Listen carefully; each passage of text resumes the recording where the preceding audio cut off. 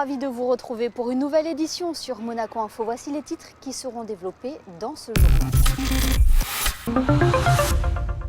Nous nous rendrons à Nice pour débuter ce journal à la découverte des arbres brûlés de Philippe Pastor qui expose actuellement au jardin Sacha Sosno.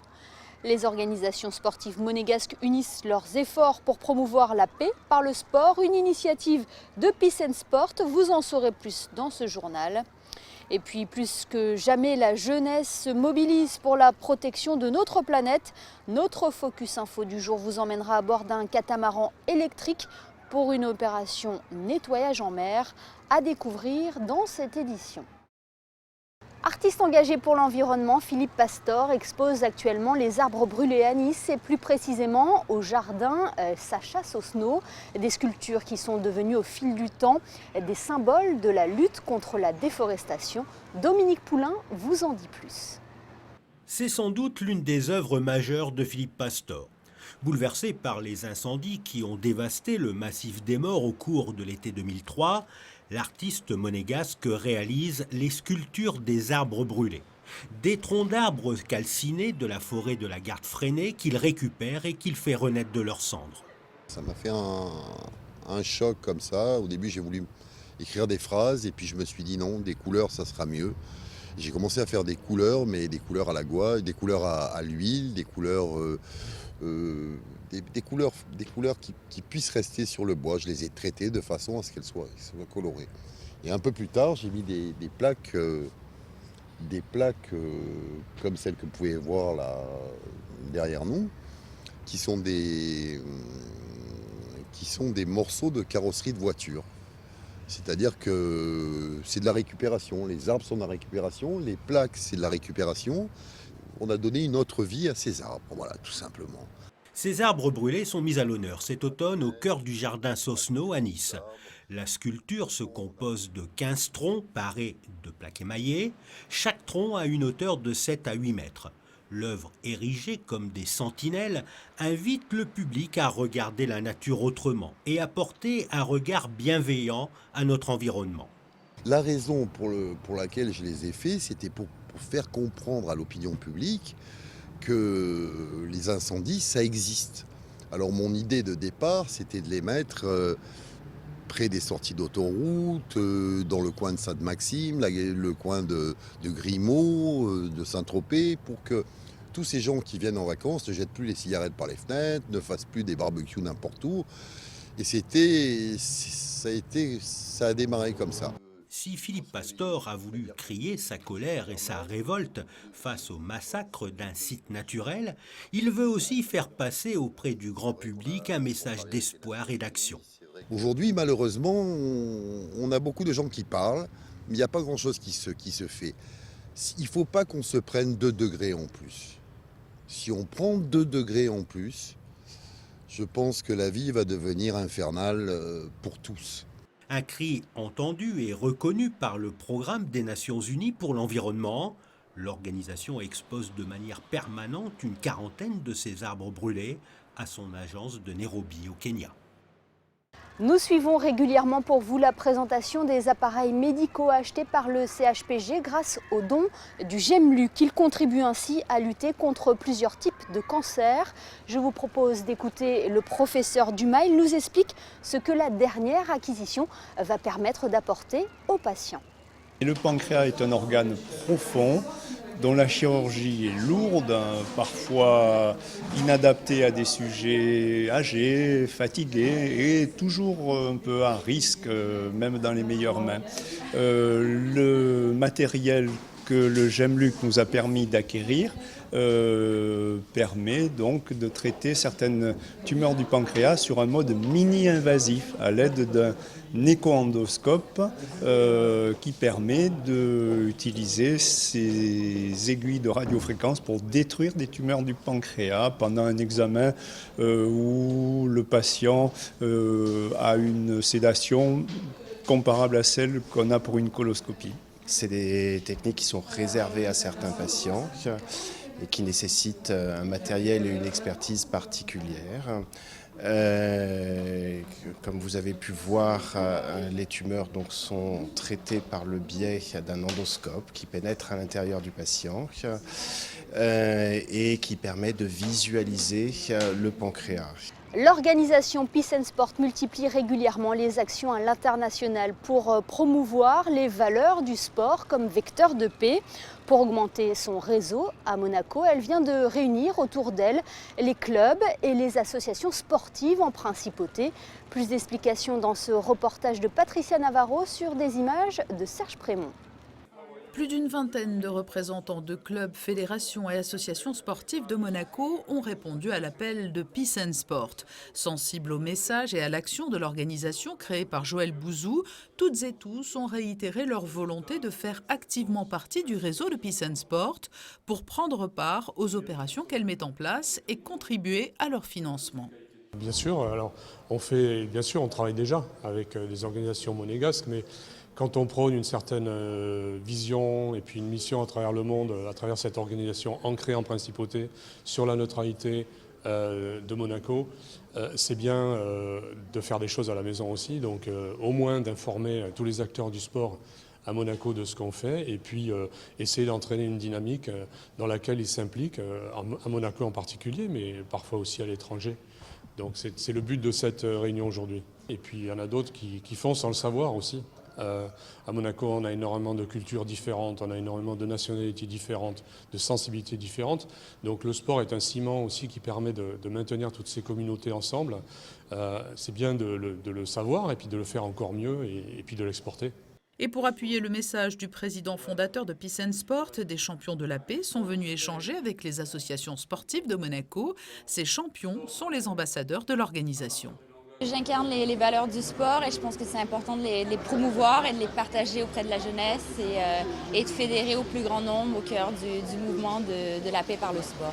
C'est important de se réunir, on est un club des champions de la paix, on est plus d'une centaine de champions de la paix. Il y a également Didier Drogba, Mesut Matuidi, Novak Djokovic, donc on est tous ensemble. On se mobilise à travers le monde, au travers de projets terrain pour inspirer la jeunesse, pour promouvoir la paix, pour unir des ethnies et rassembler les peuples. Je pense aujourd'hui ce qui est important de dire, c'est qu'on peut tous participer à cette idée de partager le sens du sport, les vraies valeurs du sport. Parce qu'aujourd'hui c'est vrai que c'est un outil de communication qui est vraiment important et qui traverse les frontières, si je peux dire. Toutes les associations ou clubs présents ont renouvelé leur engagement à organiser une billetterie solidaire au bénéfice des programmes de terrain de Peace and Sport. Ils prendront également part à la campagne White Card qui a fait des millions d'émules à travers le monde et qui est très emblématique de l'action de Peace and Sport. Le reste de l'actualité en bref et en images vous est développé par la rédaction de Monaco Info. Les plus grands joueurs de casino du monde entier réunis autour du souverain et de la princesse Caroline de Hanovre pour une soirée exceptionnelle en principauté. Face à une clientèle toujours plus exigeante, la SBM a organisé une soirée Secret Game. Au programme dîner, table de jeu et machine à sous. L'objectif, séduire les joueurs en les plongeant dans l'ambiance sulfureuse des cabarets et clubs clandestins à l'époque de la prohibition aux États-Unis. Car quoi de plus palpitant que de braver l'interdit ? Retour sur cet événement à présent sur le quai Antoine Ier qui a réuni de nombreux compatriotes chypriotes. En effet, la fête nationale de la République de Chypre a été célébrée la semaine dernière à l'association Stelios Philanthropic Foundation. Monaco Interexpo poursuit sa campagne de séduction lui aussi. Le pavillon de Monaco continue sa campagne de recrutement pour l'exposition universelle qui se tiendra à Dubaï en 2020. Différents emplois seront proposés, guides, employés de restauration ou de bar, vendeurs pour boutiques souvenirs, lingeurs, régisseurs et relations publiques. Pour postuler pour cet événement unique qui se déroulera d'octobre 2020 à avril 2021, adressez vos CV et lettres de motivation à staffpavillonmc@mi.mc. Des milliers de jeunes se mobilisent depuis plusieurs semaines dans le monde entier contre le réchauffement climatique et la pollution à Monaco. Un lycéen vient d'organiser une journée de ramassage de plastique et de déchets flottants en mer. Une initiative suivie par un groupe de jeunes des lycées Albert Ier et FANB. C'est notre Focus Info du jour. Il est signé Dominique Poulain.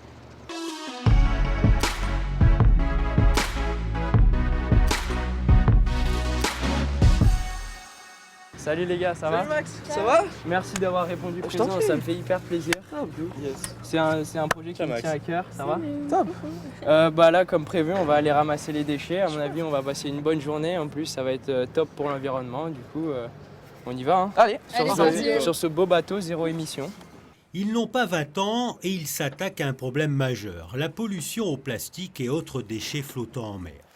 La journée mondiale du nettoyage de la planète s'est déroulée pour la 2e année consécutive en septembre dernier, mais ces jeunes du lycée Albert Ier et du lycée FANB décident de poursuivre cette action avec une journée de ramassage de détritus dans le port Hercule et au large de Monaco. Une initiative orchestrée par Maxime. J'ai participé à la World Clean Day. Donc j'ai trouvé que c'était une initiative top. Et j'étais assez choqué du travail encore qui reste à faire au niveau de la collecte des déchets. Donc je me suis dit qu'il fallait que je fasse quelque chose à mon échelle. J'ai pris conscience déjà en voyant tout ce qu'on voit, les déchets par terre et tout. Je trouve ça, moi, scandaleux. Et c'est en me baladant et cet été, en faisant du bateau, où j'ai vu ces déchets, je me suis dit qu'il fallait réellement agir. Conscient que la protection et l'amélioration de l'environnement est une question de grande importance qui affecte le bien-être des populations et le développement économique, Maxime n'a eu aucun mal à fédérer les énergies autour de son projet. Maxime, il nous a parlé de ce projet avec tellement de conviction. On a voulu tous y aller parce que déjà c'est un projet qui nous tient à cœur. On nettoie le port de Monaco, on ramasse les déchets. Et il faut agir comme ça, il faut changer le monde en faisant des petites actions. Donc ça nous tient vraiment à cœur le projet. Ouais, le thème de pollution, surtout pour notre groupe, on va dire, c'est vraiment un problème principal. Donc quand Maxime nous a proposé ça, on était tous hyper contents de pouvoir participer à ça. Cette initiative attire donc l'attention de Philippe, à la tête de Sunseaboat, et concepteur de l'Octopus, un bateau électrique conçu et développé à Monaco dans le cadre de Monacotech. Ce catamaran de 6 mètres est équipé de panneaux solaires. Notre démarche, elle est de travailler sur l'équilibre énergie-puissance, effectivement, énergie dépensée, tout ça. Là, on sait qu'à 4 nœuds, la vitesse d'un voilier, 4 nœuds, 5 nœuds, on est à l'équilibre énergétique parce qu'on a conçu un bateau qui pouvait accueillir 1600 watts de panneaux photovoltaïques. Donc ça, on est à peu près dans cette norme-là. Après, il peut aller plus vite. Si on est plus vite, c'est exponentiel la consommation et elle va être liée à la capacité de stockage des batteries.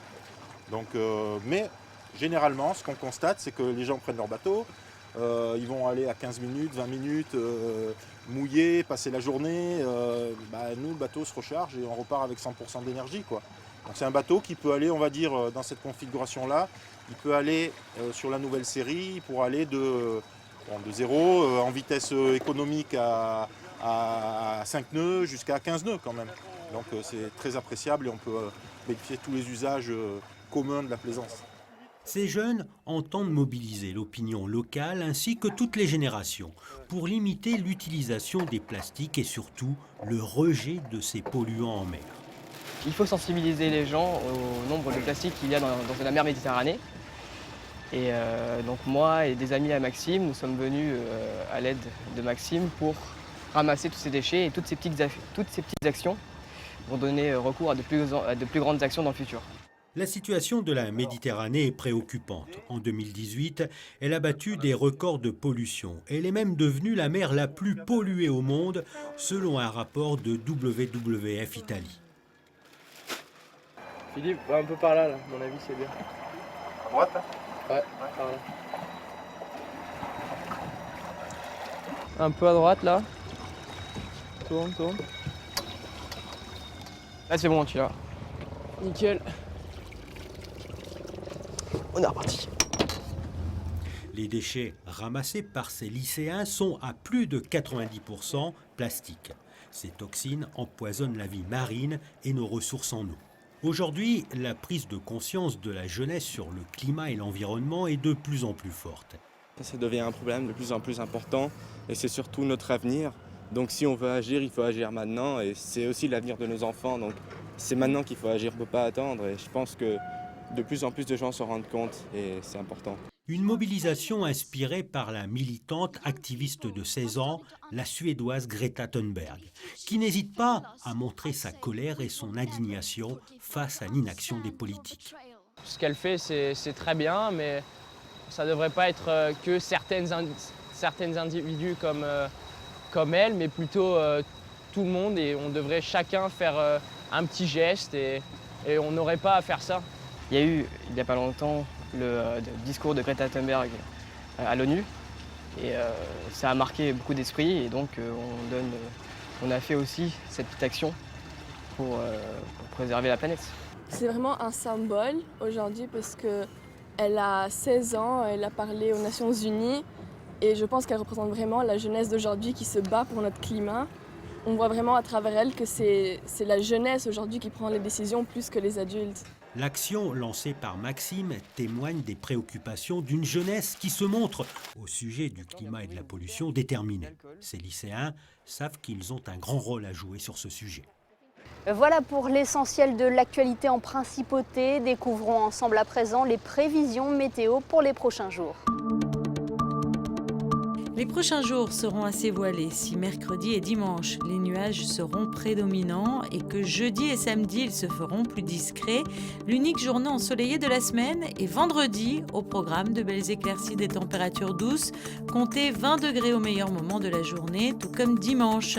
Les températures sinon oscilleront entre 19 et 11 degrés. Les prévisions pour le début de la semaine prochaine seront semblables à ces jours-ci. Ce journal est à présent terminé. Merci de nous avoir suivis. L'information continue sur nos réseaux sociaux. Et n'oubliez pas notre site internet, le www.monacoinfo.com, pour voir ou revoir tous nos reportages. À très bientôt.